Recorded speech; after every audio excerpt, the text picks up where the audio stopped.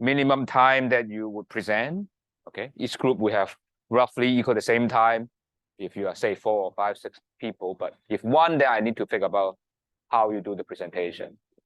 So, but let's see if after forming the group, and let's see what happened.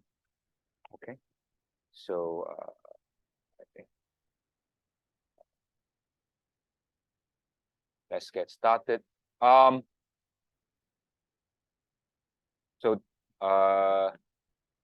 yeah. So let's get started. I think we should quickly review roughly what we have been doing, and because we'll do lesson 3. Okay. For lesson 2, okay. I mean, probably if you still recall lesson 1, right? I mean, although it's a pretty long time ago. So lesson 1 we done is like talk about the data, right? How to collect the data, how to clean up the data. That is how to combine them, right? In a tidy format. That's what the lesson 1 is about, right? And lesson 2, what we cover, if you still recall, is what we call the exploratory data analysis, right? We do the mean, we do median and mode, the variance, interquartile range, coefficient variation, some skewness measure, right? And at the end, the most important thing is look at the correlation tables, okay? And if you have time today, at the end of class, at the end, then we go over the Python, try to draw some pictures, graph if you have time. If not, then we'll be deferred to the next class. But I think today we should have time, but who knows what? I mean, it really depends on how fast we are progressing. So now we understand how they're related and how the data is, and we really want to see we extend or based on this knowledge and do more stuff. Okay. The goal of today, check the handout, right? Lesson 3, well, would be trying to generalize from the data, and we do some hypothesis testing.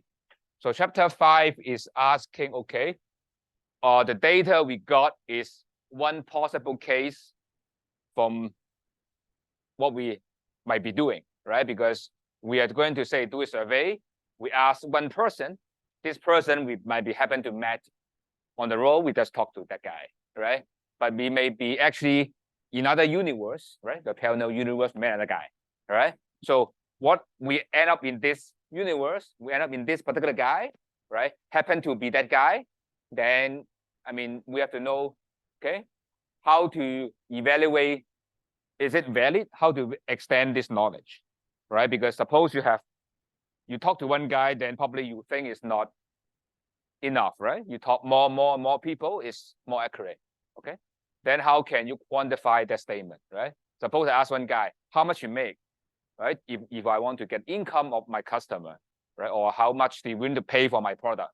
I ask one guy, not enough, right? If I 10 guy, then it's better, right? If I ask 100 guy or 1,000 guy, getting better and better. I mean, how to quantify that is this idea of 5, how to generalize from the data, okay? Is it how do we do about that?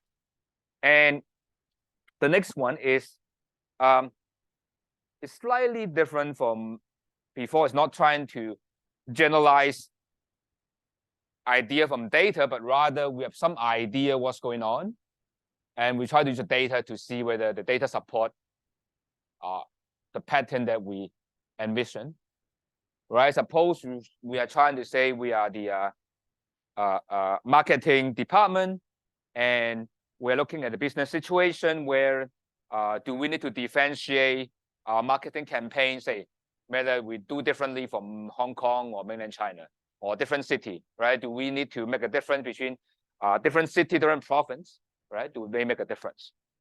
And to answer this question, we can use hypothesis testing, right? And we see whether different or not, right? The same or not, is it more or less, right? This kind of problem, or you can imagine a business situation where we implement a costly strategy, right? Say, suppose I try to hire some guy to do advertising, okay? Some star or KOL, right? And whether is it going to make a difference in our sales, right? Going to boost our sales or not? Then the question would be answered from data. Try to see whether before you have and after you don't, and compare two different scenarios. Okay, so that is actually the hypothesis, is the idea behind all the science, right? The science's idea is what we call the falsifiable. It's try to 证伪, so it's try to see if you have evidence to support or you reject, okay? Or what you see in the court, right? You present evidence and the judge will decide whether which side you're going to side with. That's the idea, okay? But here with data, right? The data to see whether data support or not. So in the end, we just basically try to see the data, how extend from descriptive statistics to how to use data to do things we want to do, okay? To do further, okay? To generalize the idea, right? Because we only got the data, right? And we try to make a judgment on a general thing, right? The whole picture. So we need some idea of how to do it. This chapter 5 is doing, okay? Do note that these things are actually very complicated idea and concept, but in our class, we just focus on the scratch the surface. We don't talk about the math, okay? We just give the result, and that's it, okay? And if you want to understand the mechanism why this is true, this formula is right, it's not our class doing, okay? You should take the stat class. I just give you the result, and you take it as given, okay? Because it's not a stat class, right? So I cannot really really talk too much about those things, okay? So generalizing from data. Okay. So we are having a data, we get some result, we get some special pattern, right? And say, for example, we get the mean of the data. Is it this mean related to actual mean we want to measure, right? That is something we want to see, right? Suppose I want to do a market survey, right? See how much people want to pay for a new product, right? I ask 10 people or 100 people or 1,000 people. Is it going to apply to, say, 1.4 billion people in China, right? Is it going to be true, right? So it's going to, I got the data, I try to infer from the data from general cases, right? I got a sample I got the data from the result from the sample. Is it going to generalize to population, right? And some problem with the population, right? Is it going to be cross-sectional or time series? What it means is, suppose I collect data from Shenzhen. Is it going to apply to Guangzhou? I collect data from Shanghai. It's going to apply to Beijing, so on and so forth, right? Also time series, right? Suppose I collect data today. Is it going to apply tomorrow, right? Is it going to, if I collect data in the summer, is it going to apply for the winter, right? So it really depends, but you have to make the call, okay? Statistics doesn't tell you, there's no hard and fast formula to tell you, this is okay or not. Okay, you have to make the case whether the sample you collect, the data collect, is it going to be the right thing that you want to study, right? The best thing is, of course, the thing that you try to get data from is very similar to what you want to study, right? Suppose I want to know how much people want to spend in Hong Kong, I probably best is to collect data from Hong Kong, right? If not, then I get the data from Shenzhen, still good. But if I get data from, say, Sichuan, probably it's very different from Hong Kong, right? Because geographically, everything is very different, right? So that would be the idea, right? Also a time series, right? The data you use, are you going to use the data you're supposed to want to talk about tomorrow, stock market tomorrow? Are you going to use data this week, last week, 1 month before, 1 year before? How long you should extend your data? So that are the problem that we usually don't talk about in elementary or undergraduate, but as a master like you guys, right? Then you should think about those apply data, right? How long is it going to, how big the data is, okay? And this is something that you should keep in your mind. And next one, this is something even more important, which we have to rely on your judgment. There's no formula as well for this one. Is it the pattern we do the analysis, we come up with very nice result? The question would be, is it going to be generalizable? to a generic case, right? There's no, as I said, right? As I say, you get a Hong Kong data applied to Hong Kong, that should be no problem. And Shenzhen maybe also you say, okay, maybe okay. But how far north you are accept it? Okay, is it Xiamen is okay? Is it Shanghai is okay? And then it's going to Shandong, is it okay? Shenzhen is Beijing is okay. Heilongjiang is okay. So you decide. I mean, no one can tell you whether how much north you can go, it still works. Okay. So that is the question. Now, the way we do inference is something very simple. We pick the statistics. That is what we do. Say that's what we learned in last class, right? We look at the mean, variance, kurtosis, or skewness, or whatever, measure IQR, range, those kind of stuff. But in our class, mainly basically mean. Sometimes advanced, but mostly mean. Okay, because this is a class where we do elementary thing. But of course, everything actually can extend. If later when we talk about simulation, bootstrap, so everything would, the logic will extend. But we just focus on the mean where we have a very good idea what's going on. But other things you can also do the same procedure, but require much more theory. But we just focus on the simplest one. Okay. So basically, we want to estimate that from the data, right? We pick something we want to calculate from data, and try to infer the value, estimate that, or do some hypothesis testing. So that's I. Okay. So basically, this chapter talking about mainly estimation kind of idea. Okay. This estimation. I guess many of you have learned this estimation thing in the undergraduate, right? So that's why it's good to consider an example which is I think this we care most, right? It's predicting the stock price, right, or estimate the stock price.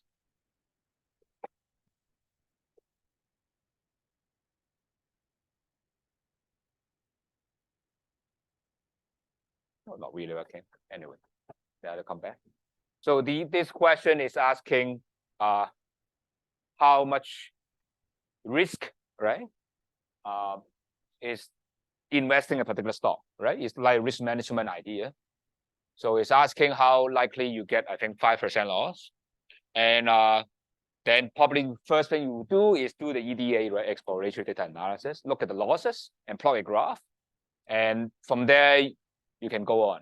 So the subject they're studying is talking about S&P 500, okay, the market index. And the data they use the day-to-day, okay, using percentage change of the index, and they use the closing price. And the data they use is 11 years, okay? And you have to judge whether 11 years is good or not, right? Maybe you want to use 5 years or what, right? And this data is good if you talk about US stock market, right? And if you are in China, probably not that good, right? Or if this is a good sample if you actually consider investing in the index, right? Suppose you want to invest in particular industry, say high tech, then you should use another index, right? So that you have to be very careful what you are using, right? But usually it's not written in the book, right? But you should know these things are very careful, have to be very important, right? Because actual operation of this is very mechanical, but all these things what you put in will be important, because remember the statement that we make in the first class is what garbage in, garbage out, right? So what you put in is very important. Okay. And this data, right? This data that is the return, right? On average is 0.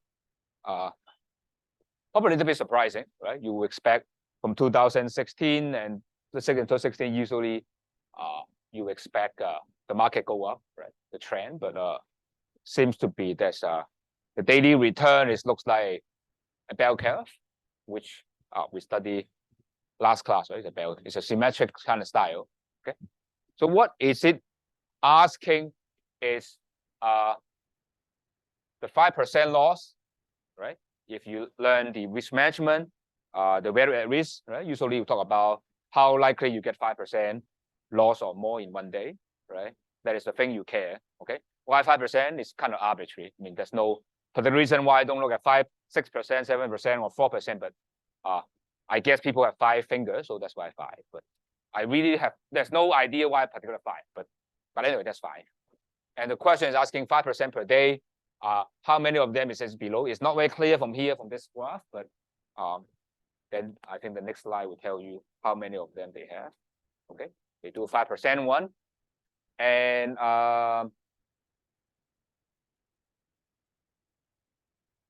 so they figure out that it's 0.5% of data. Okay, so maybe say you take 1,000 days, then it's like 5 days you have this. Okay, 1,000 days like 4 years. Okay, every 4 years you have 1 day, right? Because how many trading day per year is 250, right? So it's like every 4 years you have 1 day like this. Okay, so the question as here written is how can you generalize this? Okay, is it 0.5% is small or big? Okay, is it coming this because of financial crisis, right? Because I think this cover the financial crisis in 2007 and 8. So this not clear whether we can how can we understand this, right? Because this is only one metrics we are, right? To put about that, right? It's not clear how we can do about that. Okay. So the idea of looking at this is what we call is we will use up the whole data, right? Because remember the value at risk idea, right? We just care about how many here, right? We don't use up the whole thing, right? It's a good measure, but it doesn't really look at how this thing how spread about this. Okay, we want to look at how the spread about this, and then we need the idea of standard error, and probably you have learned it undergrad. Okay, so that, but let me repeat what it is because I assume zero knowledge from what we have learned in the past. Okay, so the question is, okay, we just collect one sample. Okay, in theory, there are many samples you can collect, right? And how can you evaluate that is to think in terms of theory, in terms of thinking, just imagine, we are able to collect many such a sample, right? And each time we will calculate the, say, mean, we care about mean, right? Or care about the value at risk 5%, how proportion of that, right? And each time we generate that, right? And because of that, we have a distribution, right? And the variance of that distribution is called standard error. Okay. And that is the thing we want to use it. This we use all the time. Okay. Because suppose, put it very simple. Okay.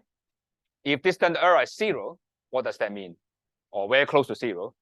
It means the data you're going to collect, the result you're going to stay from the data is so accurate, right? Because suppose you imagine you repeat this experiment, repeat this sampling, you get, say, you suppose care about the mean, right? You get a lot of mean, right?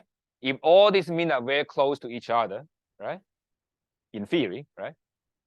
And that means that what you get will be fine, right? The procedure you do is fine. Okay? So that's why no matter what we do, we have to calculate this standard error. This standard error, of course, depends on how the sample size you're doing, all the mechanism out behind, but we will define it clearly later. But this is how the variability of your statistics, right? Because you care about this statistics, this is our estimate, and you care about how the spread of these statistics, right? And the spread coming from hypothetical imagination of if I repeat this procedure many times, okay, what might appear, okay, or of course get 1, okay. But the hypothetical thing will actually tell us how much trust we want to put it in, right? And of course, if you collect more sample, this hypothetical standard error will be smaller, right? So that's why, as I said at the beginning, right, if the sample size would really change this standard error, right? And if the population is very spread out, right, this guy will also very spread out, right? If originally you think the population is very condensed, right? Then that number will also be very condensed.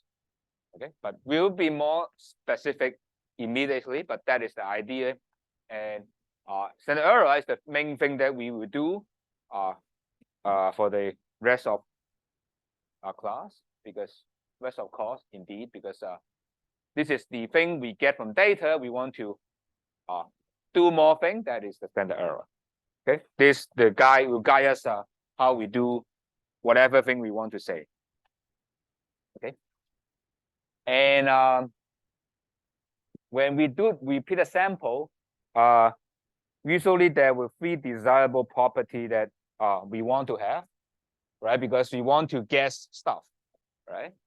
And first is unbiasedness, right? And actually that related to the idea what we said is called the sample variance and population variance last class. Remember the population variance we divide by n, and the sample one divided by n minus 1, right? The reason why is unbiasedness. It's because of if we use the sample version, okay, that would give us the correct estimate. Okay, what does that mean? Let me repeat that in the current context. Suppose I want to estimate the variance of the population, okay, the whole picture. Okay, suppose I want to say collect the income variance in say China. Okay, and how can we do it? Right, one way to do it is maybe I do a 1 million people survey, right, and I do 1 million survey and I calculate a variance, right? I do many times, many million times, right? Each time I do 1 million people, and I got many measure, right? The sample standard deviation. Okay. Average of those sample deviation, is it going to exactly match the real one? Okay. If I use a sample one, yes. If I divide by n, no. Okay. Maybe I draw a picture. Seems this little bit, I need a little bit help in the graph. So going this way, right? Let's see color, right? So this is, I'm in China. Okay. Hypothetical, not this shape, right? So, but anyway, this is China, and I'm not saying this is a map, okay? And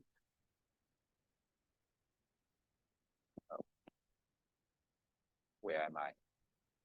Where am I? Oh, I went this one. Okay, that's good. So the thing is, China, and there are 1.4 billion people here. Okay. And of course, if I get 1.4 billion people here, every income they have, I can calculate its variance, right? And this would be known by the Chinese government, no problem. Okay. But I'm not Chinese government, right? Neither any one of you. If you want, as a company, you want to try to collect the income data, I think it's illegal, but anyway. But if you try to do that, how can you do that? I think the Chinese law said if it is not collected by government, you collect that, then it's illegal. But I think it's illegal now because they collect it. So you can also collect also fine. So anyway, the law is very complicated. Okay, don't ask me, I'm not a legal expert, but imagine you do this example, okay? And how to do it, right? You would collect this sample, right? And you try to calculate the variance, right? And if you do the one that we talk about is divided by n minus 1, right? I'm not going to write the thing, right? X minus x bar, okay? You calculate this. For this particular sample, this is what you got, okay? And then you also collect another one, you got another s squared, right? There are many s squared you can calculate, okay? And you get the average of this sample variance, okay? Will be exactly equal to sigma squared, okay? So that is what means unbiased. But if you use n is the n minus 1, then you underestimate. You get a much small, you will get a smaller than the sigma square. Is that clear? So that's why you need to n minus 1. I mean, I think I explained. Of course, the math I'm not going to explain, but this is the result is. Okay, you can prove it, but that's the idea. That's unbiasedness is imagine that if I repeat this procedure many, many times, and I can average those results out, we get what we want. Okay, so that's the idea of unbiasedness. Okay, and that's why we use this, and all the software actually automatically do this one for you because this is the best estimate. Okay, so that is what we mean by sample. And there are two more technical thing. The next one is called asymptotic normality, which said the following: if I get a very large sample, then at the end I have a bell shape. Okay, that is something usually we want to have, and most of the time is okay, but some of the time, some of the thing you want to measure doesn't have this shape. Okay, there's some issue there, but there's some conditions, some cases this is true, but not always true. Okay, it's not always true. You have to, when is it true and it's not true, it's very technical idea. We are not going to cover that. But say sample mean usually is no problem. But when the variance, there's some other thing. But there are many things we have to think about. But this something nice to have. And the last one is also related, is talking about basically the sample size. When the sample size get larger, the standard deviation shrink, and shrink at the rate of root n. Okay, it's not very clear what it means, but it just simply means when the sample size get bigger, the bell actually shrinks. Okay, so let me draw a diagram. Okay, to tell you what it is. Okay, the asymptotic normality means the following. Okay, so remember the previous slide, right? We will have the S, right? We are going to collect many sample. Okay, so asymptotic normality means the following. So if you collect the sample size is small, say 100, okay, this S square may look like something like this shape, depends on initially what it looks like. But what it means that when n is very large, like something like, I don't know, whatever this number, this will always give you a bell. Okay, so this is what the asymmetric normality means. Okay, especially hold true for many things. Okay, when it's so, I'm not going to tell you because it's beyond the scope of our class. But it said this is a nice thing at the end of bell curve. Why? Because this is nice, right? And then many of the stuff actually will have this nice shape, so become a bell, right? Become a bell when n is big enough. Okay, and the next thing is talk about root n convergency. It just mean the following: at the end of the day, when n go to infinity, it's just like getting smaller and smaller, right? And at the end, it's just like it shrinks very fast. Okay, the speed is like root n. Okay, but I use this terminology is not because I like it, but with the book use it. Okay, usually I don't talk this stuff, but anyway, later you will see what does that mean exactly. But it does mean you collect many, average is correct, and when it's big, it becomes a bell, and it shrinks very fast. That's what it said. Okay, and if that's the case, and it holds for many of the stuff, and this is the nice thing we use. Okay, actually, that's why we have the sample variance measured in this way. And anyway, later you will see.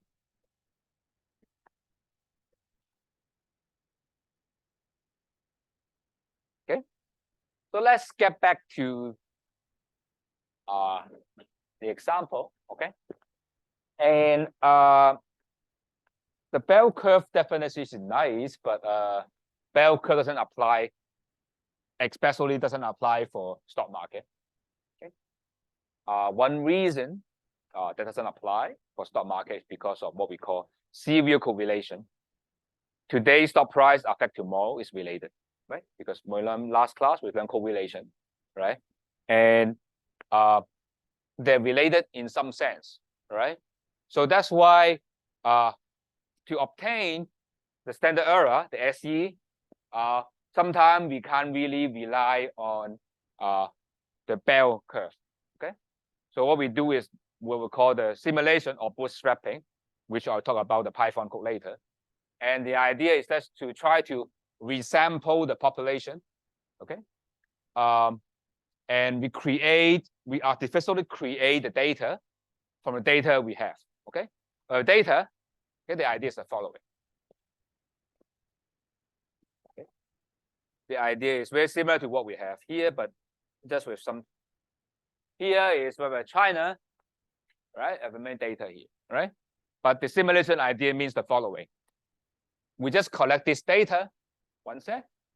We try to do some method to create the whole China and to evaluate our standard error based on assuming this is China. Okay, let me repeat. Okay, the statement is we collect some part of China. Okay, we use computer to generate a hypothetical China. Okay, and based on that, we can calculate how accurate is this measure. How can we calculate the standard error? Because it need not be a bell curve, right? So that's the idea. So I mean, later we will see the code, and then you see what I'm saying. It's not something terribly difficult, but that is called bootstrapping or simulation, depending on how you recreate the data. And then we'll focus on the bootstrapping method. There are many methods, but we just focus on the bootstrapping style. Okay. So what we're going to do is we create, okay, from 11 years data, we try to create 3 years data. Okay, pretend a sample and calculate that. Okay, so let's see how they do it. Okay, so you do some random sample, randomly pick up each day. Okay, and we try to collect. Okay, and we do it 10,000 times. Okay, so it looks like this. Okay, because I would say 11 years, I get 3 years, calculate the mean. Another 3 years, calculate the mean, I do it 10,000 times. This is what you get. Is that okay? Is it clear what it's doing? Okay. And I'll not calculate the mean, but calculate the 5% loss. Okay.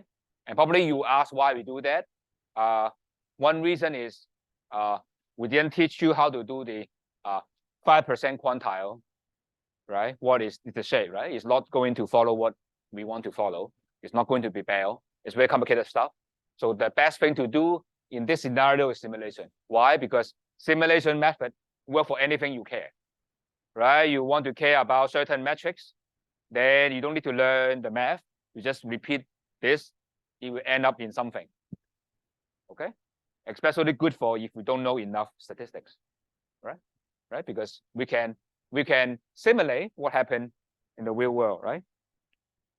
And it turns out looks like this. Okay, and we try to ask how many percentage of day is less than 5% more. Okay, and on average, this should be same as the original data we said, but this shape look like this, right? If this is close enough, then this is very good, right? Whether it's far or not far, it's up to your point, but you have some idea, right? It's not just not one number, 0.5, right? It's not 0.5%, but you have the idea. This is the thing you might be facing, right? Based on data you generate. Is that clear what we're doing, right? Because if you just from the sample, you're gonna get this, right? But suppose we generate this data, many 1,000 data, and each data we calculate 5% loss, right? The proportion of data, then you can draw this, and this tell us instead of one single prediction, we'll get this. And then this is something that you might be expecting. Then you can decide whether it's risk key enough or not. Okay, so that is the simulation approach.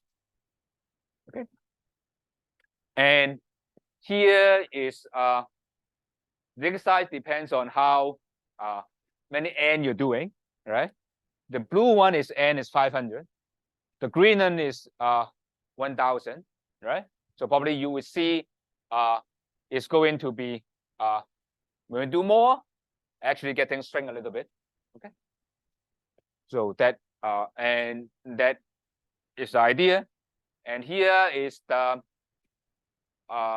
one thing is what they said is the smaller sample is more skew high than deviation, right? So that is the idea behind. Okay. And I guess I can talk about this slide before break. So this one is very important. Okay. It's trying to give you a good idea of this shape. Okay. It's the confidence interval. Okay. Confidence interval tell us, okay, if I have a estimate, right, some sample mean or whatever, 5% percentile or whatever measure with a point estimate, we measure 1 point, and confidence interval actually tell us more thing is how accurate this is, right? And you use what we call the standard error, right? The standard idea you learn undergrad will be plus minus 2 SE, right? If you still recall, okay? So that's the idea. Is you have what it means by confidence interval. It means that it's very deep, but the idea is the following. Suppose we repeat our sample hypothetically. Suppose we repeat our sampling process and do exactly what we have do in 100 times. Okay, and according to this, every time we have a estimate, and we can draw a 2 SE from that, right? And this confidence interval means out of the 100, 95 of them will include what actually it is. Okay, but we don't know which one. Okay, so that means that I cannot say probability. I can only say confidence. Okay, once we have done it. Okay, but before we do the sampling, we can say 95% we include it. Okay, but after we do it, we cannot say probability because probability only can assign to things that haven't happened yet, right? Once happen, it's either in or out, right? It's either inside or outside. You just don't know. You cannot say probability. Okay, unless we're Bayesian, but we're not, right? At this level. Okay, so that's when you need to remember, right? And the standard error, right, can be coming from simulation. Okay, before we break, let me summarize what we have done because I think this is a little bit more stuff because if you haven't learned this before. So the idea what we're doing is you bunch of data, right?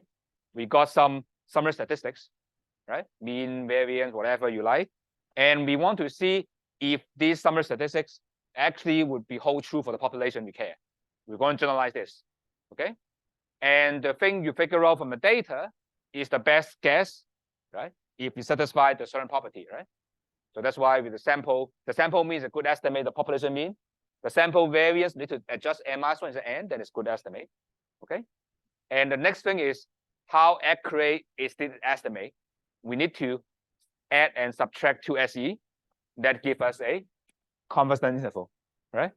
And that is what you provide people is, I guess this is my number, my guess, but to signal how confidence or how varies this number, I give you a range, right?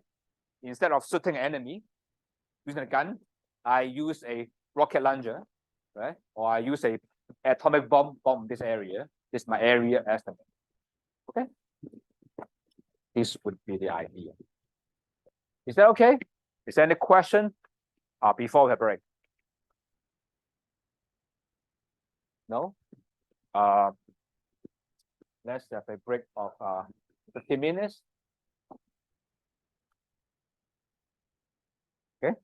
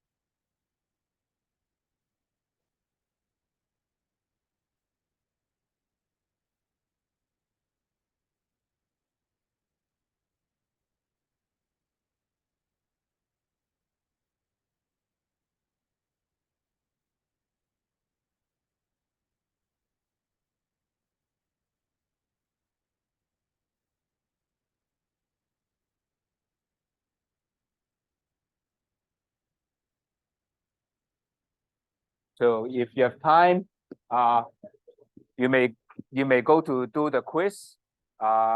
It's not. It just if you do it, then you get the grade. There's no right or wrong. I just want to see how well you understand the thing. So if time, you go to the blackboard. Yeah, kind of attendance, but I want to see how well you understand the thing. So you go to the that. So you have a break, but I mean, I think we extend the break like 2:50.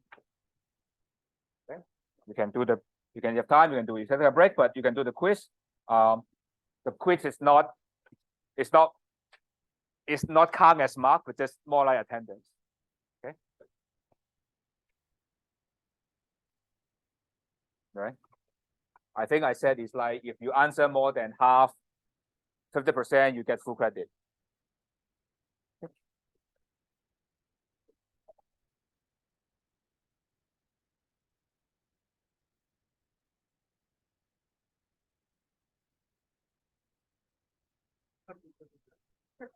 So,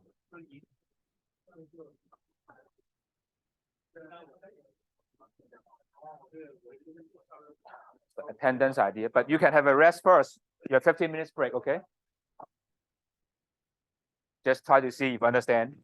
Or I need to adjust the speed. Is it faster or slow? Don't worry. 看看大神的怎么看。你还记得？当然知道了，我都直接大神。对。对啊。其他我都不知道，其他都没有告诉我的名字，我都只有大神。哦 ，OK， 没关系 ，OK。你这个其他人那个给我介绍一下，我记得住，要不然我记不住，对吧？大神是他说的，你也怪他了。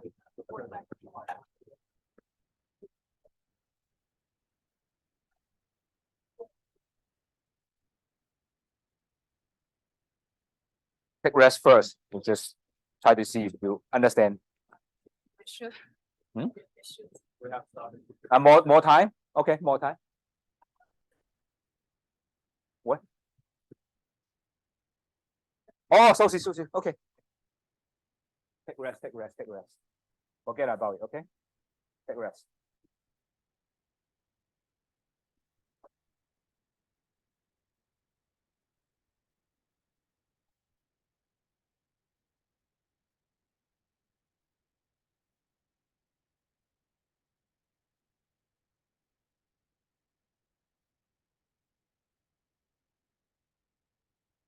Okay. Take rest before you do the quiz, okay? Because someone said I shouldn't set before the break. So take rest. Take.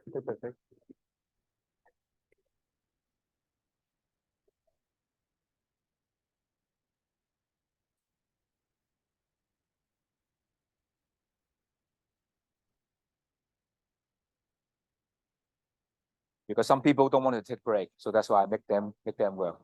Oh. You don't have to. It's just like very quickly. Just multiple choice question. It's very quick. I mean, if you do it, just you're done. It's not going to spend more 5 minutes on that. Shouldn't spend more than 5 minutes on that.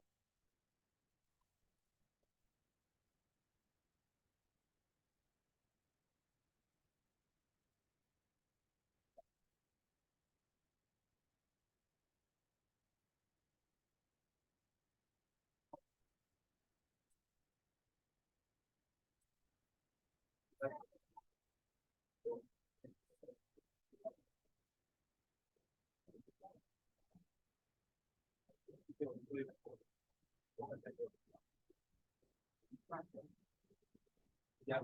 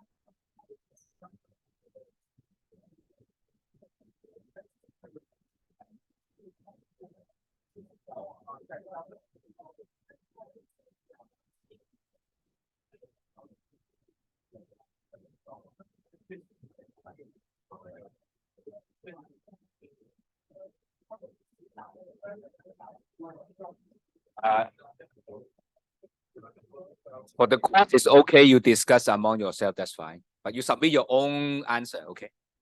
It's okay you discuss, but you submit your own answer. Okay. Don't copy from your friend. Because I want to see how well you understand. So just don't copy.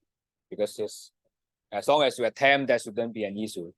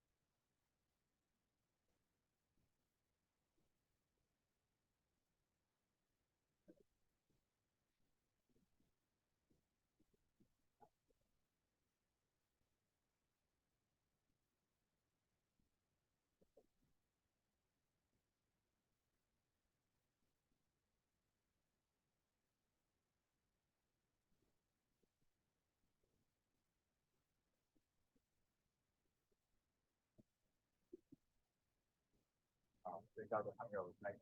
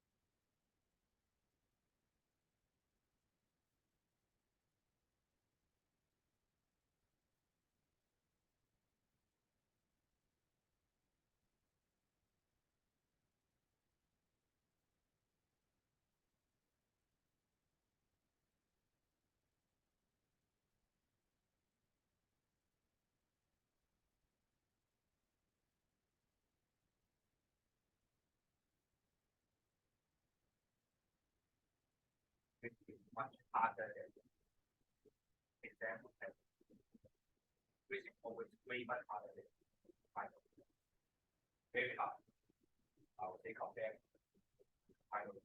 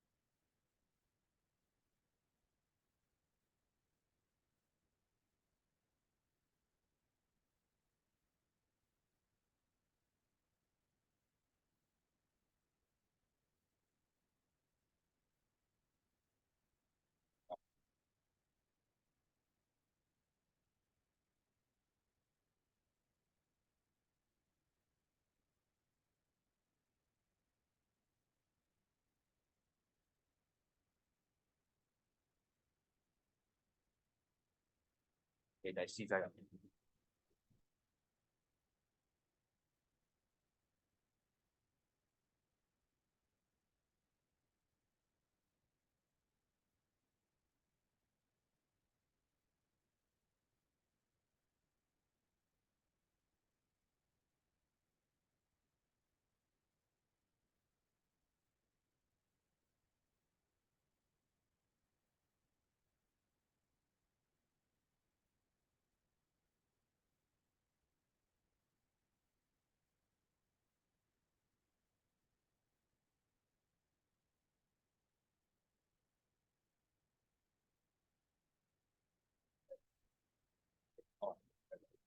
After due date of life.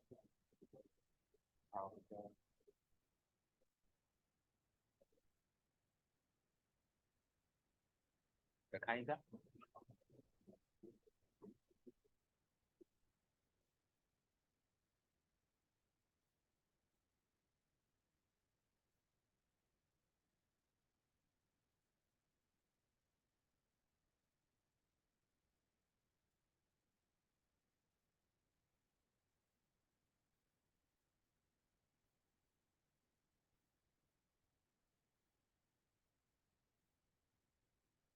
answer don't stand it to other people. Submit you make that.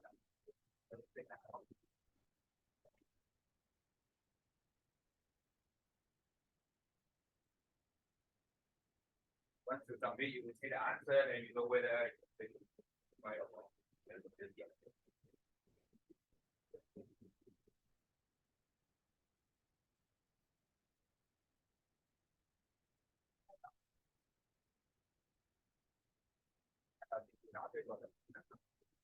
You can check out whether you do it right or wrong. If you know you're wrong, then you can try to skip. Then understand why it's correct or not. You can ask the BA for that or the next one.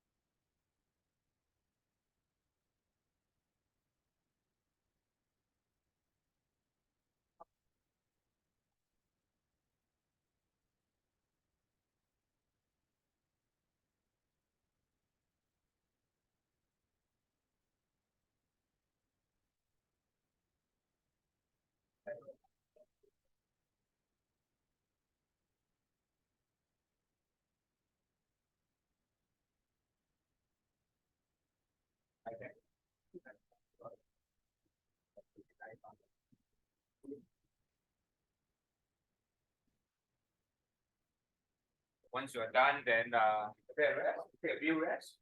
Of 10 minutes. Meantime, if your question then after next week, probably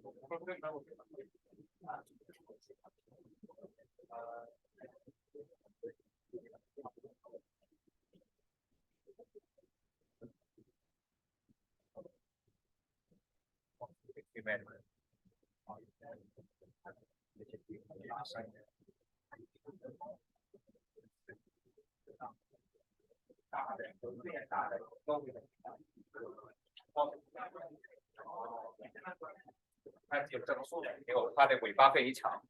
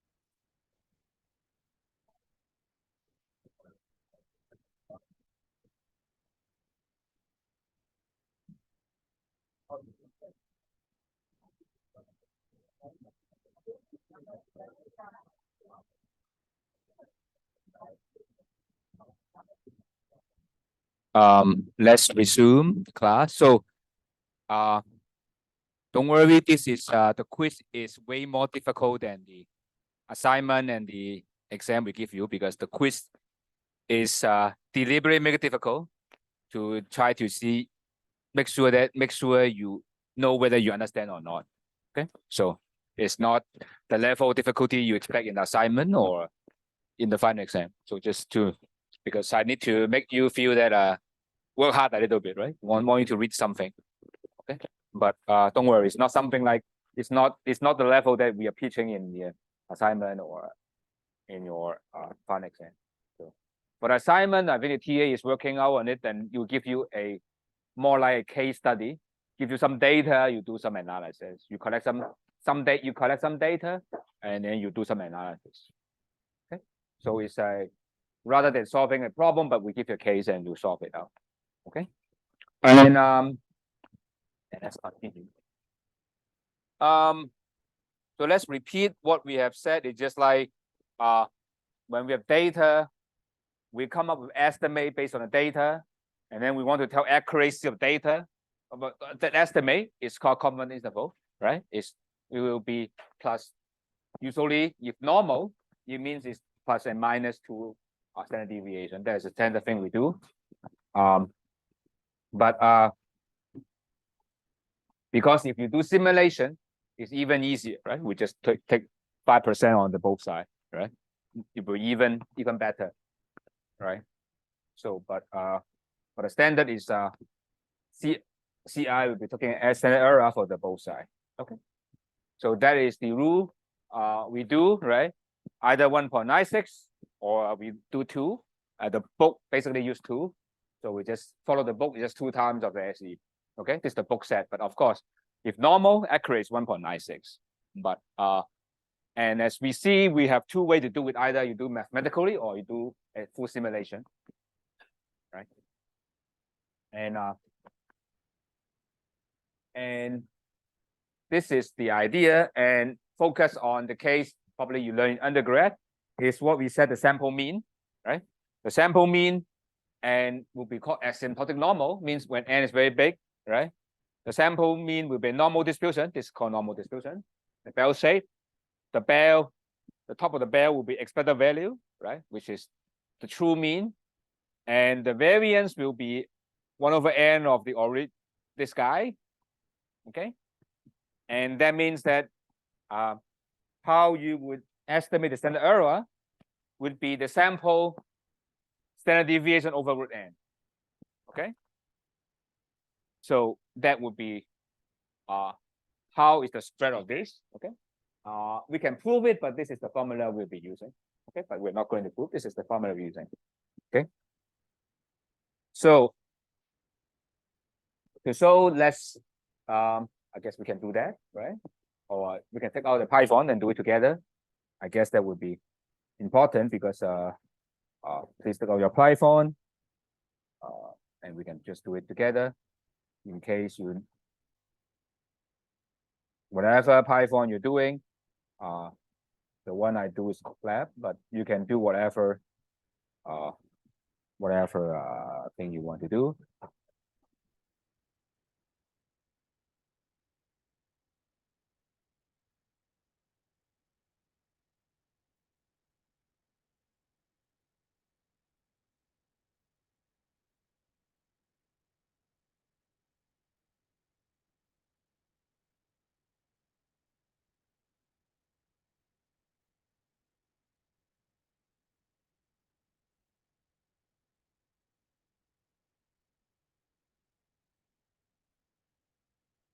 Yes. And I will try to do one. Okay, I start from scratch because this is the way I do. Okay, so the way I do it, just follow the code in the slide because that will be easier. Okay, so here I will use the NumPy. Probably you have taken the. I think you covered this in the summer, right? Am I right? Right. So NumPy, number py. So this is a package library where we will be using because this is a very fast calculation, right? It's optimized for that. It's a library that you see. And then we will use the S Science Python. This is package that do a lot of scientific calculation. Is on the top of the NumPy, right? I don't know whether how you pronounce that NumPy. It's a stat, and then the stat actually has a function. We can calculate standard error of the mean. Okay, so let's do that. Okay, let me do it. So let's start. I guess everyone will have this in your Python, or no matter what Python you're using should be fine. Okay, what I'm going to do is to import NumPy. Maybe I will pick it. Yeah, that's good. NumPy SPY. Okay, this is the first line I'm running. So you try to run it, and that one. Okay. And then the next thing I'm doing is to import. I do that. Let me remember. Yeah. I will actually import SCIPY, import stat, because here I use the stat function. Stat function. So the second step, okay, and makes us easier. Okay. So now the next thing is to generate data. And the way I do the data is I would just directly do the, oh, sorry, it's MP, sorry. So I just declare its MP array, and I put a list there. And one number you can, I'm going to use a list, and I use the, maybe I divide it into two steps, right? That would be more, usually it's better, right? I have X is equal to a list of number 1, 2, 3, 4, 5. Okay. And what I'm going to do, I just make it maybe more transparent. Okay. And I have to start with the list, right? And list, I have a bracket, right? And then I would call the MP array. So this is the data I have. Okay. And this is the next step. Okay. And the next step we're going to use is to use the function from MP, NumPy. They have the standard deviation. Okay. So what I'm going to do is the standard deviation. Maybe just type about standard. Maybe I put Merkle sample SD is what? Sample SD is y dot s. Oh no. Is am I right? Just remember, yes. It's an MPSTT function, and I would add on y. Okay. So what I'm going to do is I basically using the NumPy already have the function for the standard deviation. So I just do that. Okay. And of course I want to print that out, but just being lazy, I just do this. Okay. So this gives the answer. I hope everyone's all right. Is that okay? I mean, you may not be different from mine, but depends on what you do. I mean, even if iPad, you can use this Colab to do it, right? Or other thing you can do it, right? So, I mean, even if iPad, it shouldn't be an issue. So that's why I teach Python more than R in the class, because many of you are using the iPad. So Python, you can still work it out. Okay. And the next one we are going to use is how to do this standard error, right? The standard error we're going to do is called the SE, right? We'll be using SE stop ST. Oh, someone is going to enter. Anyway, I hope this is it's not someone who come in. Okay. That's because we import as that, right? This is that. SEM, right? On Y. I think this is the cool. Okay. Use the stat function. Okay. And I clear the SE. Right, 1.17. And how do we use this? Right? Then remember this is the error, right? So we really want to have the calculate the mean first, right?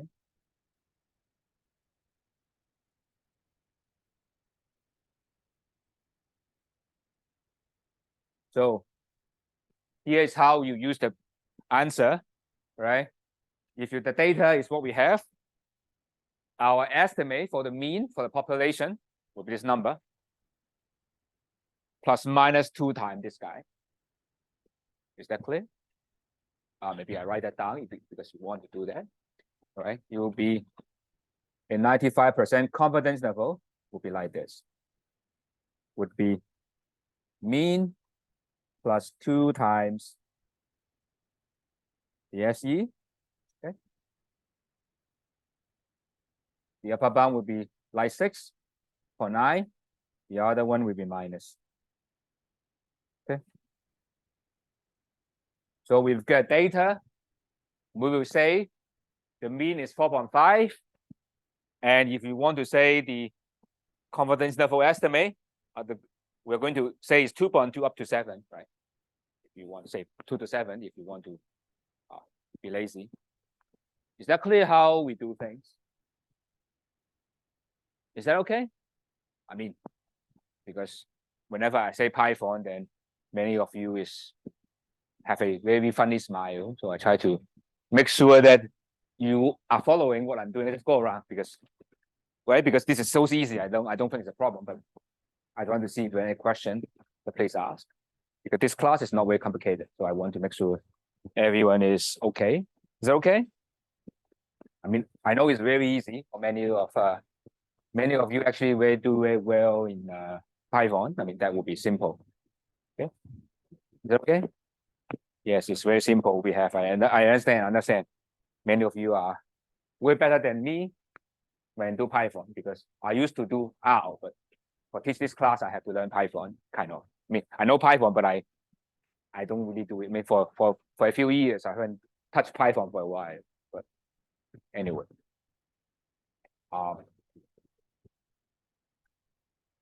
Good. So we know all these functions. This is the way we do, okay?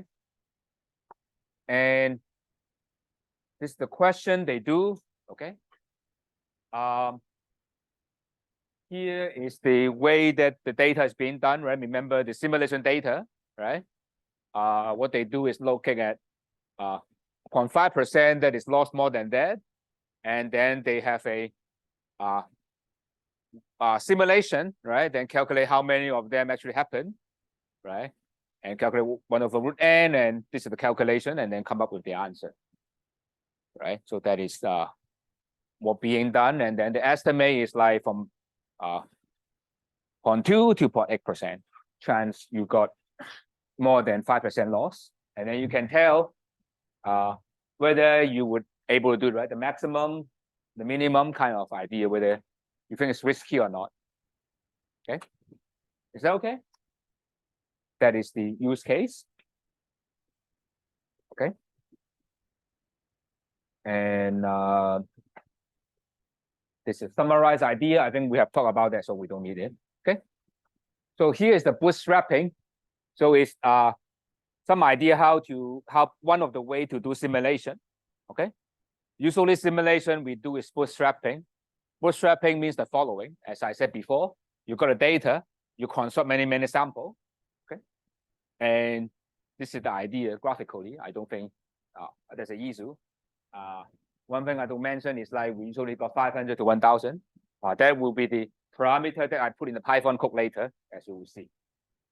Okay. And the way to do is the data is here. Okay. And the data, we get a sample that that's the mean. And then we do many times. And then we have the sample distribution. Okay. From that on, we know the sample. This one can calculate the standard error from that one, and we'll plus minus 2 from that. That will be the idea. Okay. This is not generated from here, right? If you usually this guy, right, is coming from the normality assumption, right? We calculate the sample variance from here, right, and apply directly. But now we don't follow the mod. We don't follow the idea of the bell. We just actually pretend we're doing this sampling and then calculate that. Okay. So that's the idea. Okay. So that's the idea. We have 11 years data and do this process, do the bootstrap, and then you calculate the SE from that one. Okay. So this the bootstrap one. Looks pretty nice, different from the one we got. And this is the one of the method that people use, right? Is seems to be good, and actually there's not too much difference. It's from 2 to from 7. So the bootstrap method is the same. Okay. So, and you can see the answer is more or less the same if you do the bootstrapping. Not too much different from that. Okay. And this is the Python package that we use to create bootstrapping. So let me explain, and then we go to this, work it out. Okay. So the first one, we use a random library, and I don't know whether you learned, but random library, which used here, okay, is going to choose things from the sample. This random is random choice. Later you will see it's actually doing this process, right? We're going to pick things out of here. Okay, that is using the random library. Is that clear? Next. Okay. Is that? I mean, there's that library, there's nothing. Just we learned it in the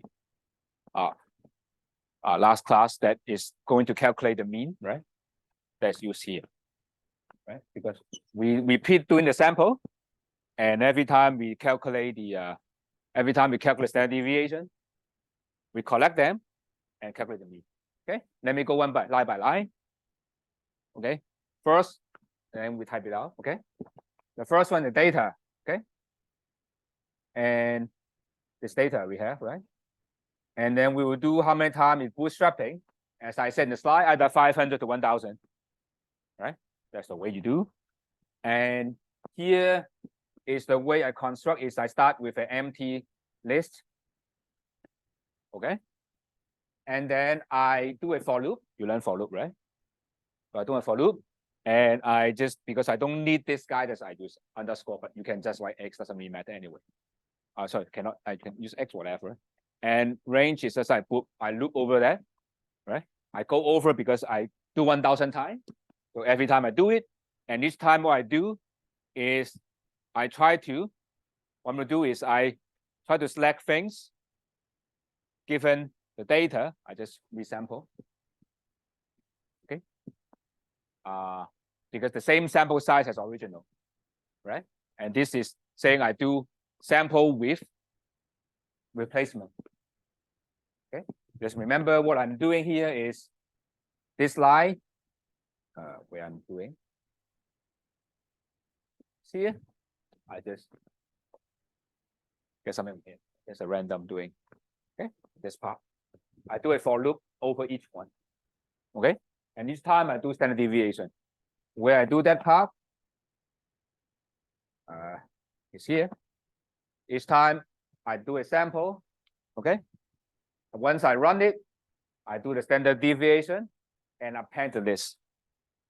Okay, it's a list of sample standard deviation, right? For we have 1,000 sample standard deviation, and then I calculate the mean of what we found, and that's it.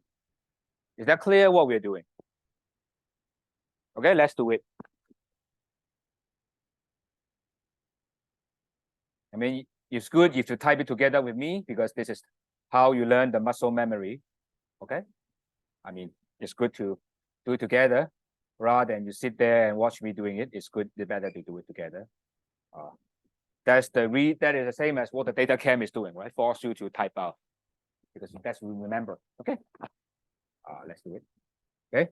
I think I have already import the thing, but it's not import, it's statistics, right? So what I do is now I go down and do import statistics. Okay, I think that's fine. And I have another one. I think I have to import the random. I just put it together to make my code a little bit more tidier. Okay, remember the random is going to collect what we want. Okay, now what we want is the data we have done. We don't need to do the data. So what we want is we just say number of Bootstrap and boot. I don't want to type so much. 1000. Okay, number of boot. Okay, this is the starting point, and then we want to initialize the list, right? So we have to what's the name I used? I forgot the name. They call Bootstrap DSD, and I make it easier. So I make this one I call boot SD. I'm just being lazy, okay? So this is the initialization. So I start number of boot, I start the list. Now I would do a for loop. Okay, for loop have to be a little bit with the write carefully. Okay, so I would do a for this in range of n boot. Okay, so I loop over that. Okay, I start. I don't need to write this one. You can, if you don't, you can write something. Doesn't really matter. Okay, what I'm going to do is every time I do a list, right, I would call maybe SE equal to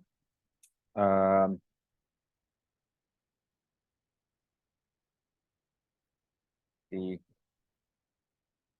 statistics, right? Statistics. Can I do the same? Let me figure out random choice. Okay. What I do is I choose the data there, right? Random choice. On the data, I think the data is Y. Do I use Y? Let's check out. Yeah, I use X. Doesn't matter. I think X is fine.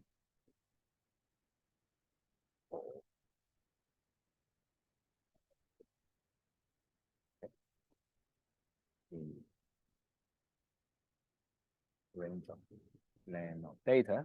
Okay. So I just because I loop over the size of the data is, I think the data is X. Am I right? Yeah, X. Yeah, that's right. Yeah, that's correct. Yeah. I look at the data, which is X. The size of X, right? I loop over that every one, like that random choice. Every time I just pick one. Okay. And then I would do the append. I think the list is this guy, right? This guy. And then I append SE. Okay.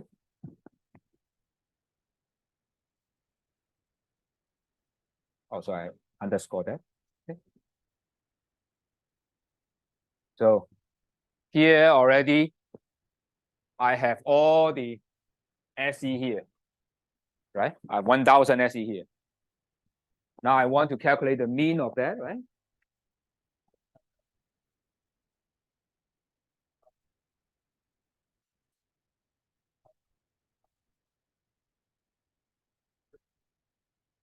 Yeah. I haven't calculated. Yeah, statistics. Yeah, sorry. Statistics and ST. Yeah. Thanks. I haven't. Is it right? The STBV. Right. Sorry. This is the I calc every time. This is the sample. Maybe I just change the name, right? This is the sample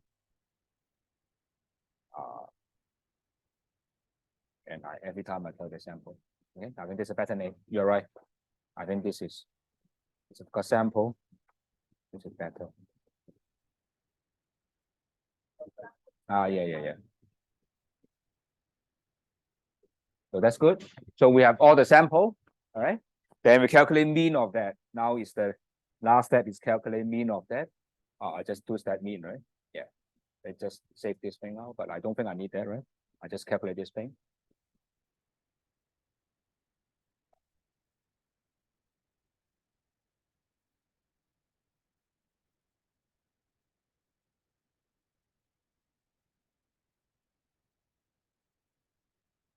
So they complain about that.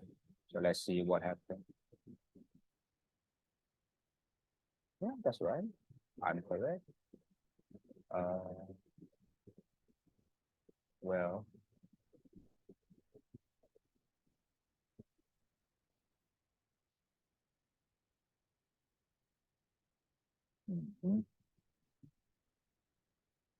okay. So since X is not, then I change to Y because I think I should do the Y instead. I think I need to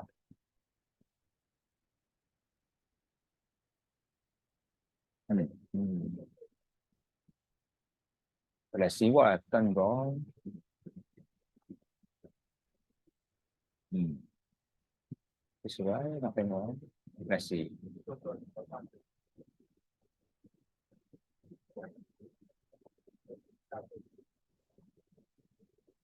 Let's see. Let's copy here and check what's wrong with that. Okay, let's do that.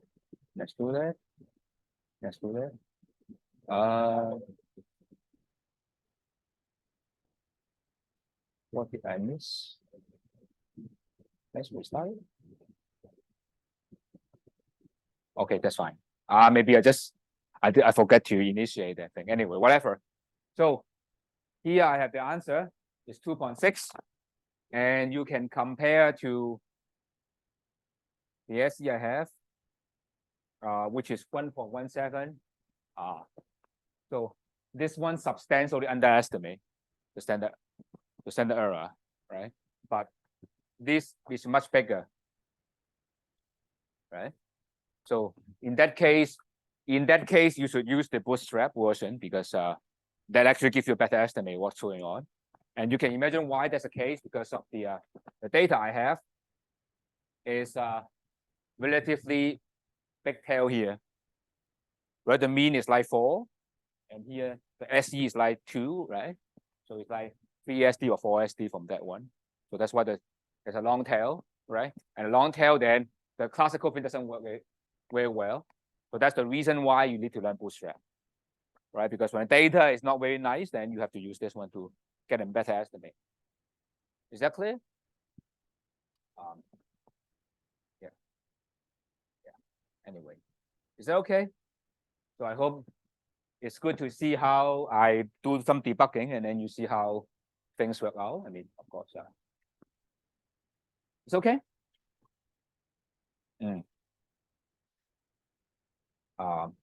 So this is what the graph looks like. You can check out my code in the Google Colab, then you have that already. So it generates that one. Okay, let me finish this with a break. So external validity. Okay, as I said, no matter what you do, there's no way you can sure what you learn can be applied out of the scope, how much further you learn, right? Just as I remember I told you, if you learn how consumer behave in Shenzhen or Guangdong, is it going to apply to Beijing? Is it going to apply to Shanghai, right? Is it going to apply to somewhere else, right? So it's the problem. And with time, space, right? Is it past the future, one location or the other? If you do say the consumer is like male, is it going to apply to female? Not clear, right? So you have to figure out what's appropriate. And one interesting thing is since you guys are doing ITM, right? And then a lot of time you have a platform, big data. And in that case, when you try to have a billion or million of data points, at least a million, right? And in that case, the CI will be narrow basically to 0. Right? The confidence interval, no matter what you do, basically go to very, very narrow. And in that case, the point estimate and the interval estimate will be very similar, right? But still, it doesn't imply what you do is correct. So please check your validity, right? Whether you have to think, whether your data actually apply. Otherwise, no matter how well you do, you will get challenged, right? You always get these challenges, whether what you do is going to apply. So that would be the thing. Okay. And the technical part about law of large number, central limit theorem, this thing I'm not going to talk, but if you're interested, you can learn. But after the break, we'll talk about testing hypothesis. Okay. So we have the break of 50 minutes. So let's resume by then. So we'll resume at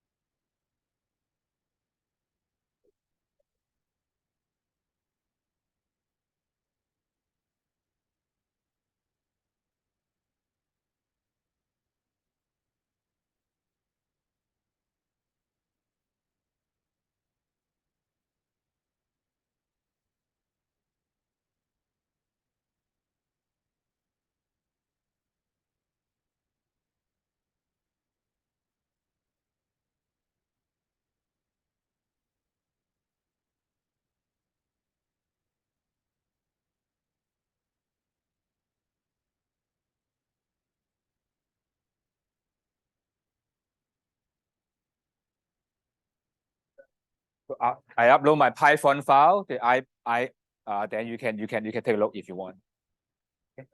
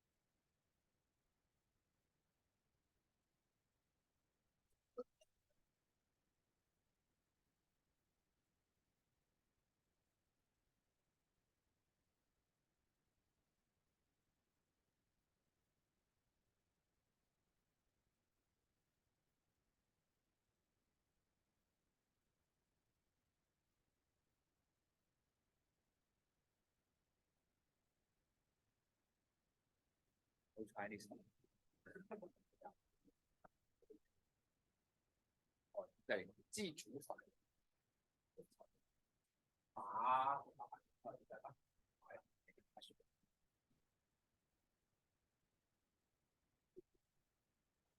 记住法，记住抽样 ，OK， 记住抽样，对，就记住抽样。好。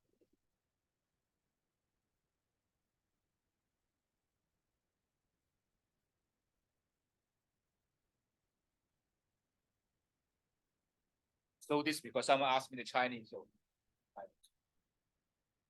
that's what. And yeah.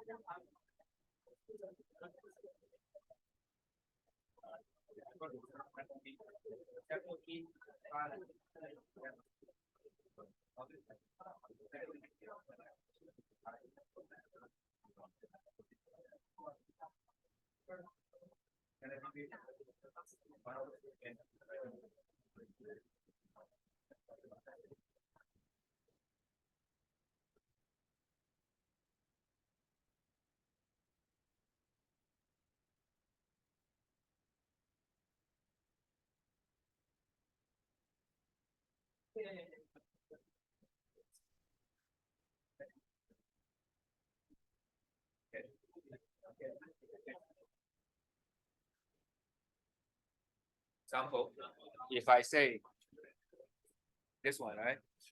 If I change this to say 7, smaller, right? And then this guy is smaller, and this is smaller. That's it.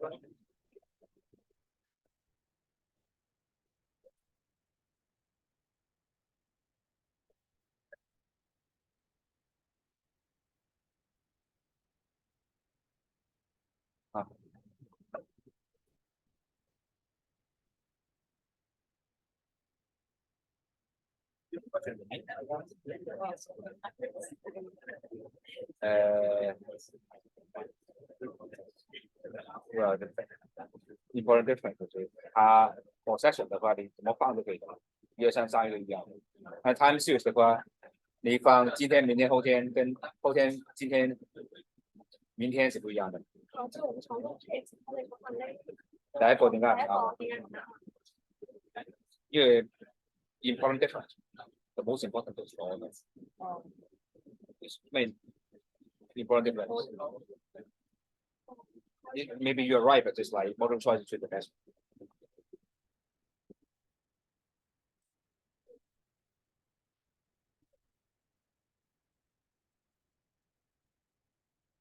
Well, because it must be right? Merge they don't have. So, I don't know. That means merge is combined together, right? It must be right?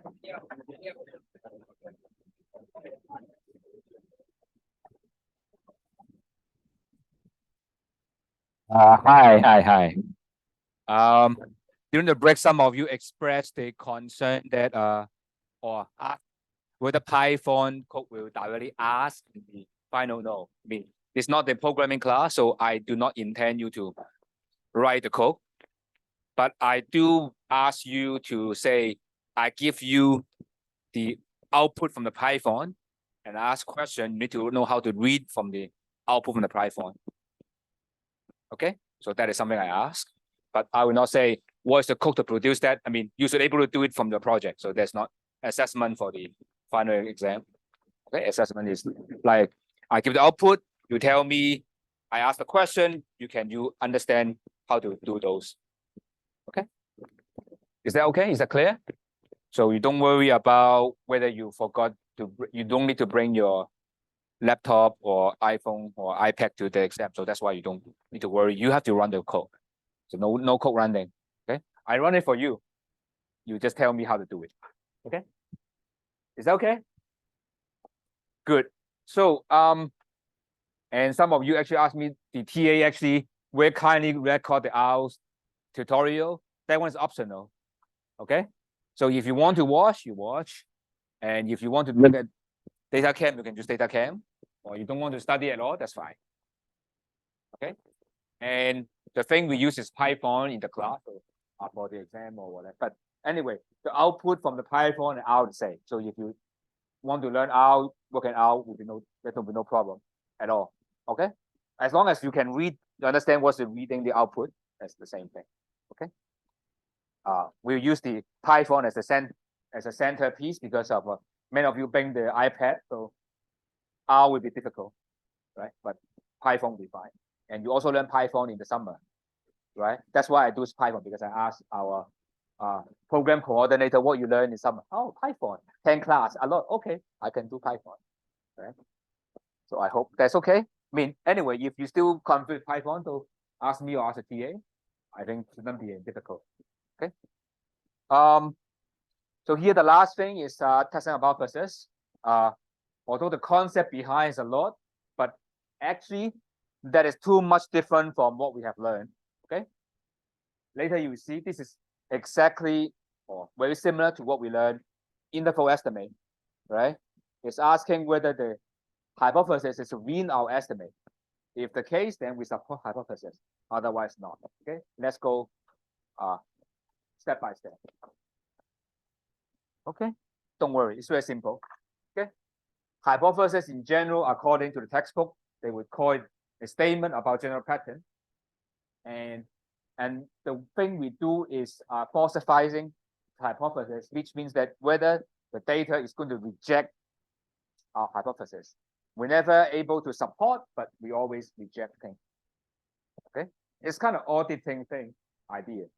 You are going to get data, trying to see whether the data support it. We cannot prove anything, but we can disprove something. Okay? But that is a logical thing. But I mean, we can be very loose, say we support or reject. Okay. But the main idea for our purpose is we focus on some statistics value. Okay. And maybe the mean, maybe the variance, maybe whatever metric you are thinking about. Okay. And we denote this is true. This is the estimate one from data is called S hat. This is the consistent notation with the textbook. Okay. So hypothesis, what we are working on, we need to have some definition. Okay. The definition is the following. Usually we focus on what we say the simple hypothesis is usually equality. Okay. Is saying a particular value of the statistics equal to some value, usually 0 or equal to 3, equal to 4, right? Equal to 0 with special case, but usually say the mean income of a customer is say 5,000 RMB per month, say, right? And not equal to 0, but equal to some number. Same idea. Okay. And its composite is allow more than one value, right? Can be more than or equal to, more than or not equal to. Not equal to means equal to other things, right? Many things possible. So simple means only one value. Composite means it's not simple. It's like many value. Okay? And the ideal hypothesis is we have two hypotheses. One is called null. One is called alternative.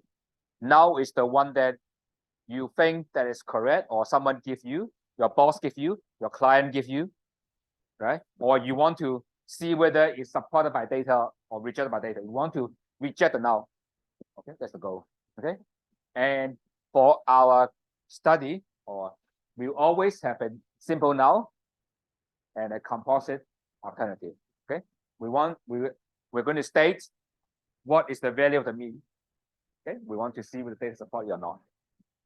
And alternative can be, we call both side or one side. Two side means it's more than or less than. Both sides, sorry, two sides not equal means it's either more than less than. One side is you have to pick one. And probably you want to ask why we have different among the two. It depends on what do we know about the data, right? Suppose the most generic, or say the case is like the wage difference between male and female, right? We know in general male earn more than female, right? So that's why the alternative must be talking about this guy, right? Because there is the thing, right? Only if the female more than male you reject, right? Or one-sided depends on the consequence, right? Suppose you are a quality control for a company, right?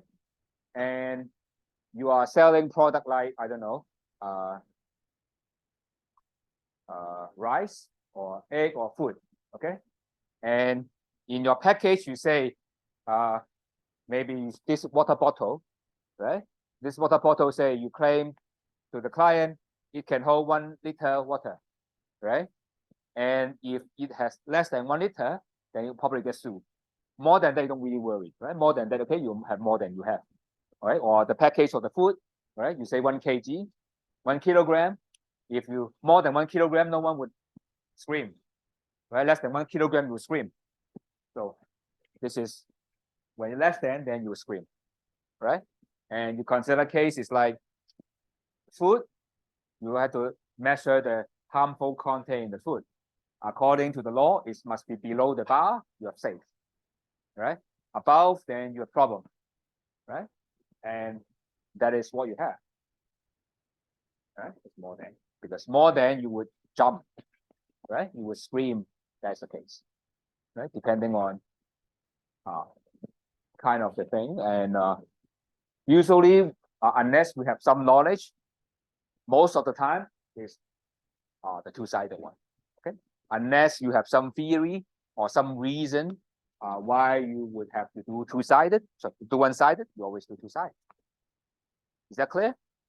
Okay. I think you learned it in the undergrad, but just I'm pretty sure some of you may not recall. Okay. But let's look at the example. That would be good. So this example is asking compare online and offline price. Okay. And they try to see if there's a difference between online and offline. Okay. What do you think? Is it online price higher or offline price higher? Who think online price is higher? No? So everyone believes online price is lower, right? And this is true in China. And in US, it's actually reverse. Okay? It's actually the sometimes online price is more expensive because they have to ship the thing to you, right? You live somewhere and you don't know where. I ship the thing to you, then it's very expensive. You come to me, it's actually cheaper, right? So that's the case. But anyway, that's what they do. And let's see whether this hypothesis is correct. Okay? So let's see the data. Okay. You want to check whether it's more expensive or the same. Okay. You want to check. Why? Because you are the upstream supplier. You want to see is it any price difference, right? Or you are anyway, right? That would be the reason. I don't think I need to explain why. Okay. So what we're going to do is try to see the online price and offline price. Okay. So what you're going to do is, right, you're going to calculate the average of the online price, right, minus the offline price, right?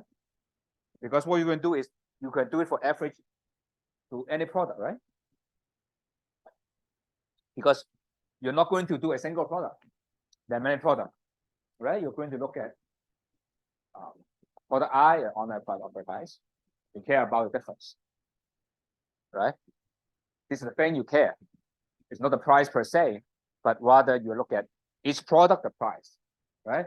You are talking about on average, is it this guy going to be zero or not? That's when you care, right? The difference. And what you do is you average an observation, right, for each product. Is that clear what we're doing? Okay, it's the price for each product, okay, and they're different price. Okay, and say for example this lemon tea, right? Look at this price from the supermarket Park and Shop, or the price from HKTV Mall, or Tmall, Tmall, or Taobao, so and so forth, right? Look at the price difference. Okay, so but of course the US maybe Amazon versus Walmart, and what they figure out that the difference is very little, only 5 cents, right? And the standard deviation is actually pretty high, right? You look at it's $10, right? Surprising. The mean is 10. The mean is 5 cents. The range is very big, and there's a lot of extreme value, right? The online price and offline price can be a lot of different, right? You can see, I think the online over offline. So online can be 400 more than offline. Right? Surprising. Well, which you don't believe in China, but anyway, that is more likely in China, right? In China, it's like $400 less expensive than online, right? Because remember, it's online minus offline. So negative means online cheaper, right? Online is more expensive. So that's a question. Okay. So what should we say? Is online more expensive or not, or they're the same? Okay. But you can see the graph is mainly here, right? So what can we conclude? What do I want to do? So the question would be the following, right? We want to test this hypothesis. M.Phil is the null hypothesis, right? The null hypothesis is saying that there's no difference between the two prices. The alternative is they are not equal. The reason why not equal, because I told you the story. In China, expect lower. In US, expect higher. So it's not. There's no prior reason which one is higher, unless you have some reason one way or the other, you would do other way. But I think for our class or for most of purpose, it's always doing like this, unless you know. Well, most of the time we don't know. So most of the time, this is the case we have to. Okay? And the way we do is actually not that difficult. Actually, the idea is just same as what we've done in the last hour. We do a confidence interval, whether the confidence interval includes 0. If it includes 0, then there's no difference. If it doesn't include 0, then 0 is not within the range we estimate, so it's excluded. So that's the idea. Let me repeat. Okay. Yeah, this data, right? And then we can do what we do in last hour. We do interval estimate. No matter you do the bootstrapping or whatever method, you come up with 2SE, right? The mean comes to 2SE. Is this 2SE include 0? If it includes 0, the hypothesis stands. If it doesn't include, hypothesis reject. Okay? And usually the way we do is you call t-stat. You just the sample one you calculate, subtract the true mean over the SE. Look at the t. If t is bigger than 2 or negative 2, then you reject. Otherwise, you accept. Same as what I said. Okay. So this procedure is same as what we have said. Okay. I think most of you have learned undergrad, right? So there's nothing new here. Okay. And here I have another one. Okay. This is what we call the two sample test. Okay. This one is compared to 0, and this compared to number. And here I compare two average of two groups. Okay. And the one we just have online offline price is exactly compare, right? That's online offline. Okay. But what if you don't have this exact comparison, right? For example, you want to compare the wage gap between you got a master degree from ITM or you got a master degree from B.B.A. Right? Is there a difference between the wages, for example?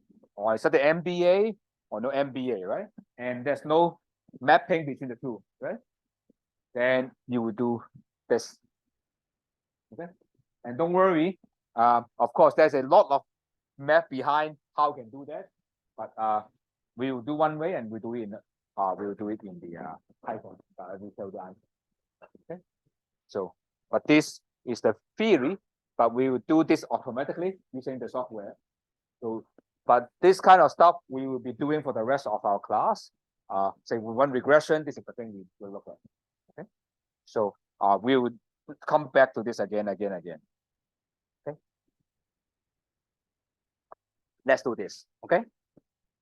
So here is a data. Okay. And what we're doing is the sample. I'm not going to explain the first two lines is there. So there's a sample up here, and this is not hypothesis. Okay. I try to see if 7 is actually equal from the data. Okay. And then the function I'm going to use is actually from the stat. I call t-test one sample. Okay. Because one sample. Later we should do two samples. This is only single sample. I compare to a single number. Okay. I compare the sample to the number of 7. Here I have the t-stat or the p-value. Okay. And to do things is we will check whether t is more than 2 or less than 2. Right? Or I look at the p-value is more than 5% or less than 5%. If less than 5%, you reject. More than 5, we don't.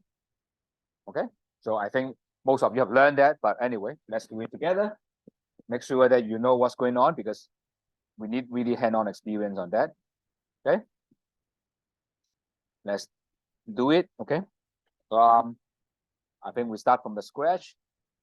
I don't think I do the import thing, right? I just do data, sample, right? And a data of one, I don't know, whatever data you like. This is data I have. Okay. And I have I run that, and then I have a hypothesis. I call null. I don't want to type so many. I know which number you want to see. By 4.5. I don't know. Is it null? Okay. And here, maybe I have to explain this, right? I guess I don't know whether you remember that. Because this one actually gives you two values. You put in comma means the output of the stat here, the p-value is on the second one. Okay, in case you can't remember that. Okay. It's t stat and p-value p bar is equal to stat t test one sample. Am I right? One sample. One sample. And then we have what? For the sample, and no. Okay.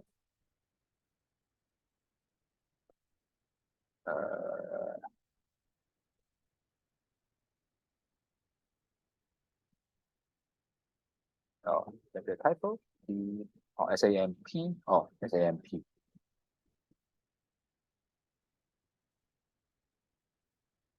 So this is the value, right? I can just output these two values because I just care about that. Okay. But this two value here, and here you can see my t is not more than 2 or less than -2. Okay. So the absolute value more than 2, less than 2. More than that, we can't reject. Or this p value is not small enough. Okay. Then you cannot. Okay. Either t is bigger than 2 or less than -2, or p is smaller than 0.5, 0.05, then you reject it now. That's the rule. I think most of you have been learned this from the college, right? That is something very simple. I'm not. It's.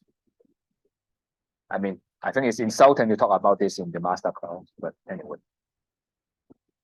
it's okay. I mean, the only thing is I want to make you work on the Python. I mean, that's the only thing. But I know it's too easy for many of you. I mean, is that okay? Any question? Okay.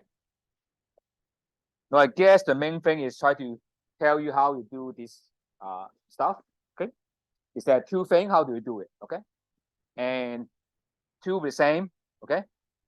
And because it's independent samples, not pair, here I have the same number. Actually, I don't need to have that. Okay. Let me show it to you. Now let me do that. Let me do it again. So sample 1 is like this number. I have sample 2. I just add something else.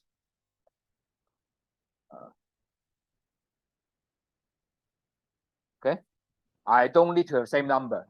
Okay. The assumption of this is that as long as these two samples independent, I can do that. Okay.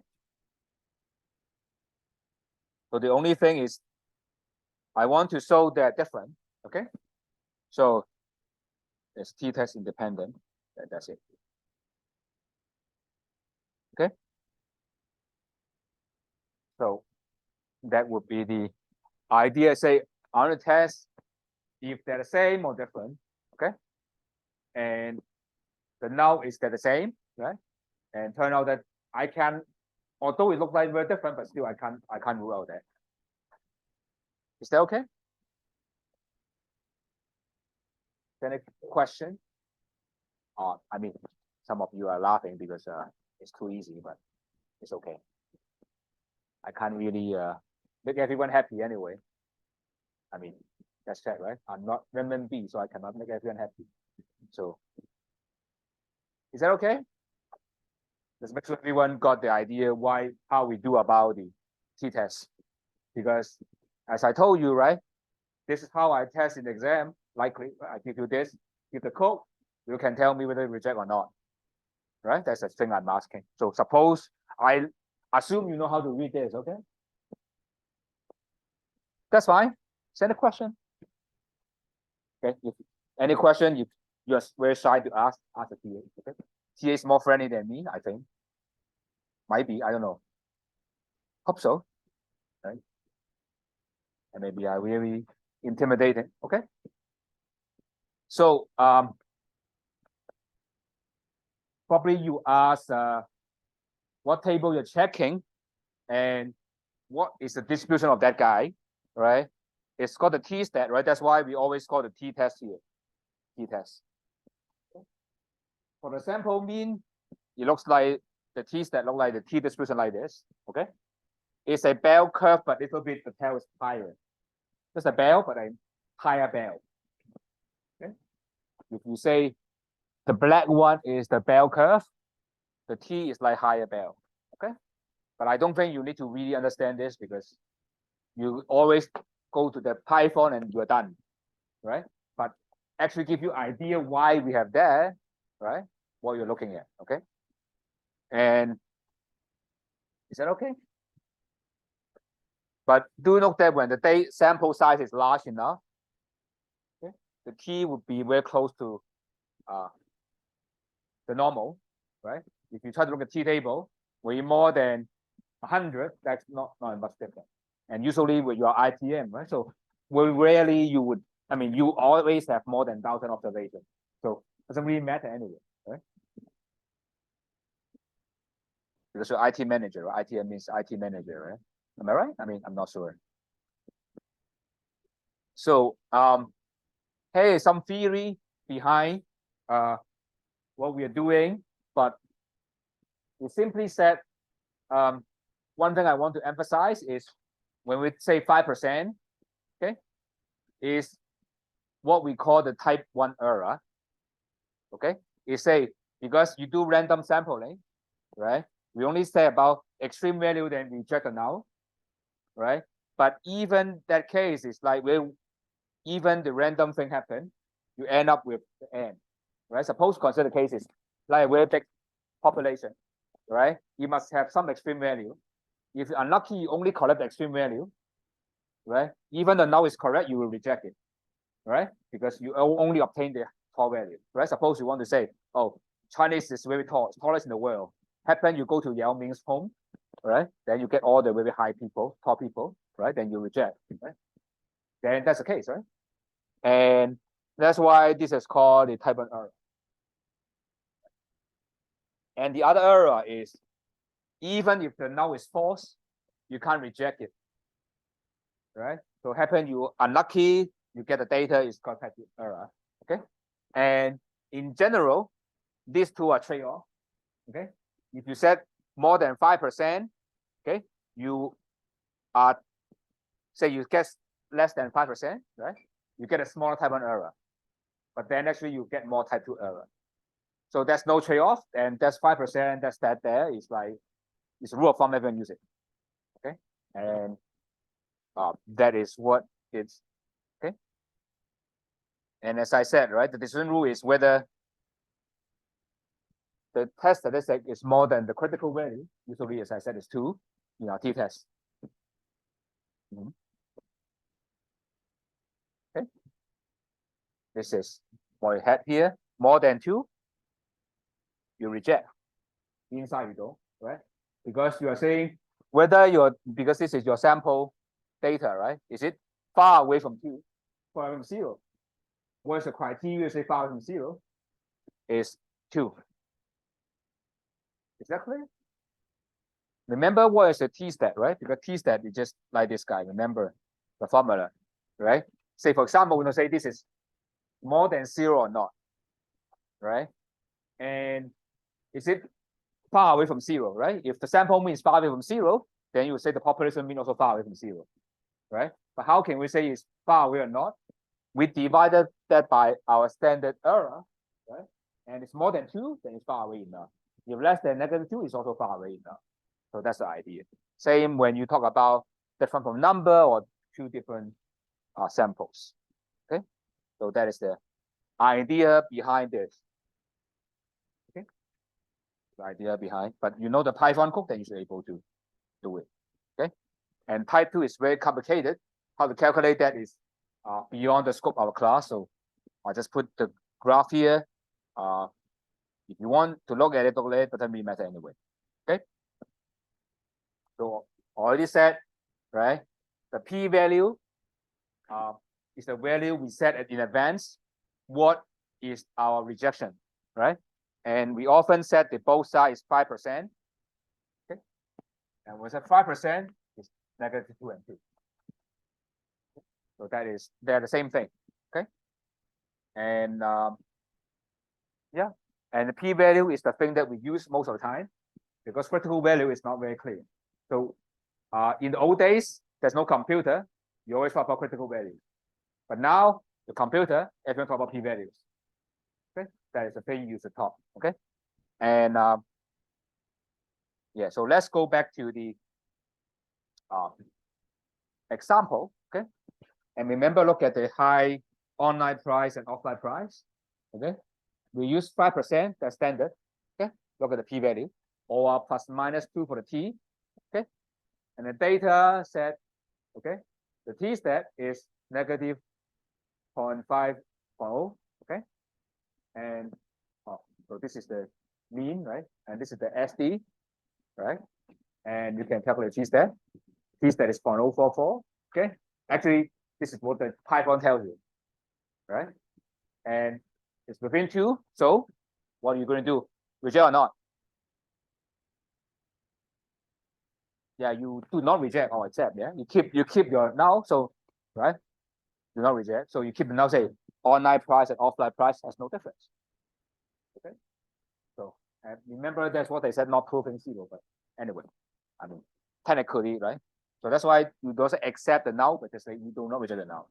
But just a meta terminology. Okay.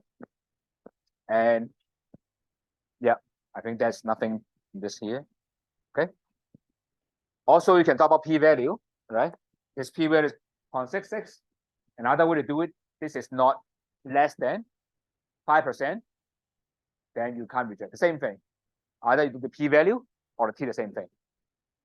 Is that clear? Because same diagram here, right? Because either you're talking about your area is very small, right? Or it's beyond, right? P-value will be like this, right? Because p-value simply means the following.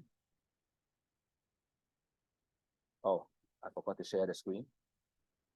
And sorry, but it didn't tell me.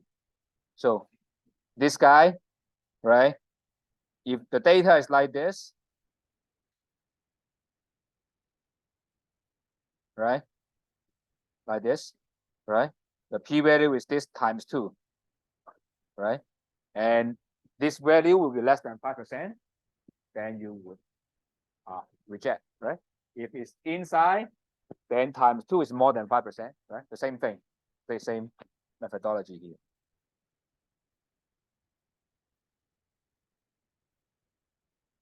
I think most of you have learned it before, so but if I'm wrong, then let me know. I mean, we can be slower. But there's nothing happened. So lastly, there's something I want to mention at the last 2 minutes. It's about multiple testing and pre-hacking. Okay. Since you're IT manager, then probably you have, when you do hypothesis testing, you may be not testing one hypothesis. You test many hypotheses, more than 100, right? Because we say, is it going to be look at data of say, chemo, or whatever? We're going to say, okay, is this product going to be more? Is this characteristic going to be the customer say is male selling more than female, is elderly selling more than that, and then many tests we can do. And when you do many tests, the problem is even randomness will take a role, something will appear could be correct, right? Because you do so many stuff and happen to be one of them will be correct. But just like imagine the following. You are a fortune teller, you tell 100 prediction, right? Even though I just randomly say something, right? End up one of them will be correct, right? So that means that just like the following, right? Every day I say tomorrow will be raining, right? There'll be one day I will be correct, right? So the same idea, right? So if I predict so many things, I have to make sure that my p-value will be required much higher, or t will be required much higher, right? I may say I require t more than 3 or more than 4, or p-value will be like have to be smaller than not 5%, but 1%, or even 0.01%. Okay, use more stringent type of error. And that's what they do. But how to do it? Not our class. Next, p-hacking. The same idea, because you keep doing things, right? And then the boss tells you do this, do this, do this. What you want to do is you do 100 million prediction, and you get the one is something out, and you report to the boss, right? But that's a problem, right? Because in that case, you just pick up the nice result, right? They don't tell the others, right? Just like the people who try to advise people, oh, I'm a good investor. I invest this. I tell you to buy this stock, it earn a lot, right? Then they show you his account, right? But that's fake, right? Because they have 100 accounts, and only show you the account that make money, right? So it's p-hacking, right? Only show the nice result, right? So that's why you have to avoid this too, right? But that's something you have to be careful, because especially your ITM, right? So you have to be, because you're a manager, right? You're a manager, then you don't know the analyst actually doing the trick. You have to know how to do it. Okay? So I see you next week. Have a nice day.